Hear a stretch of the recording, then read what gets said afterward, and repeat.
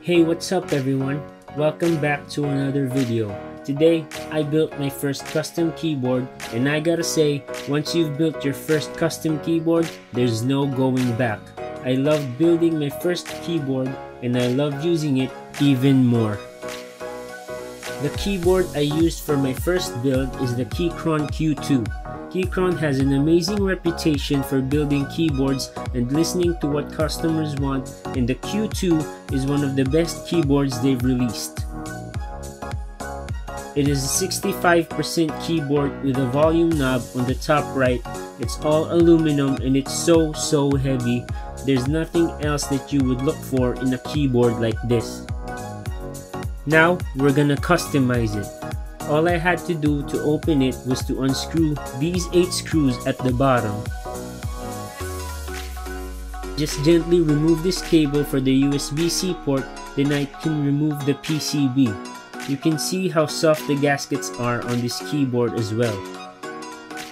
Then I unscrewed these 14 screws to be able to remove the plate, and as you can see, there's a plate foam as well for a smoother and more quiet typing experience.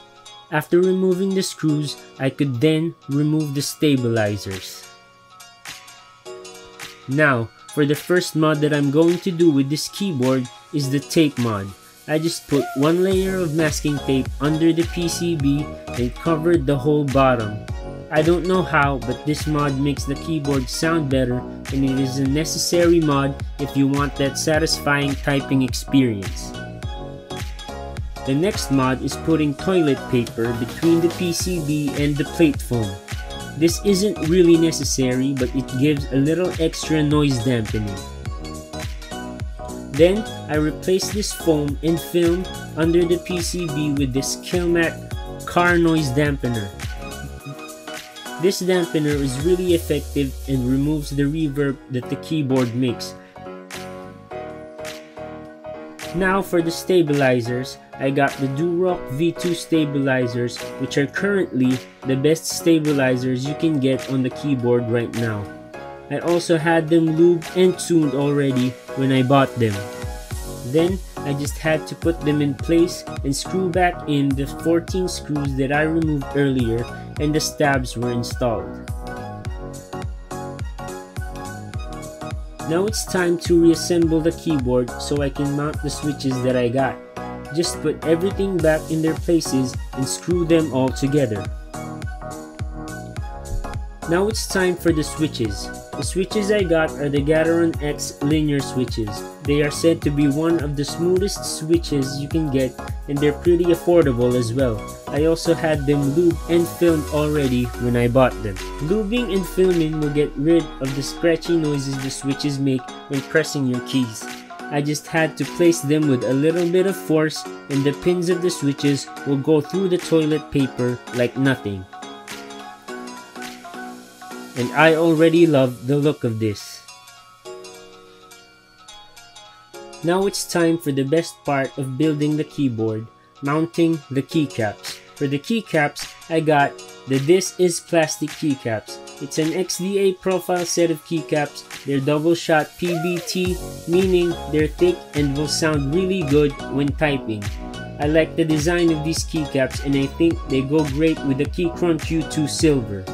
They have a bit of a contrasty design since the Q2 has a sleek and glittery design, and the This Is Plastic has a matte finish, lots of characters, and 3 different colors on them. But I think the contrast of the two is what makes this keyboard look so cool to me. Now that I've seen that this keyboard looks insane, let's hear how it sounds.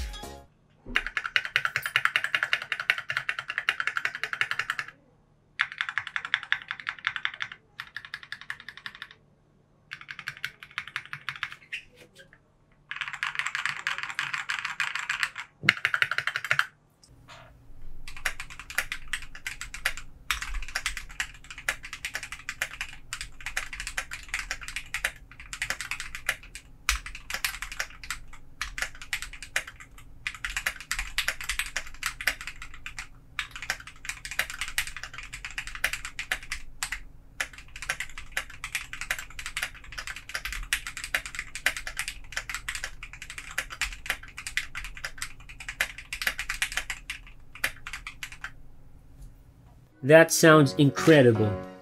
Remember when I said in the beginning that once you build your first keyboard, there's no going back?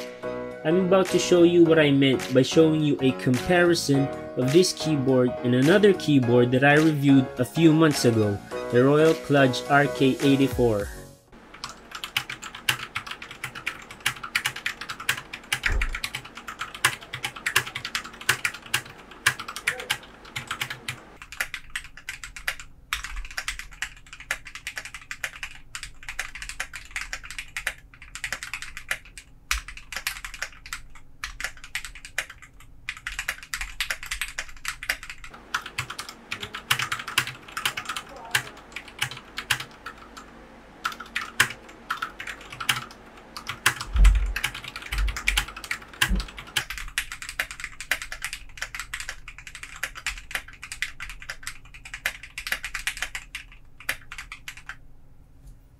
The difference is so far when you mod your keyboard.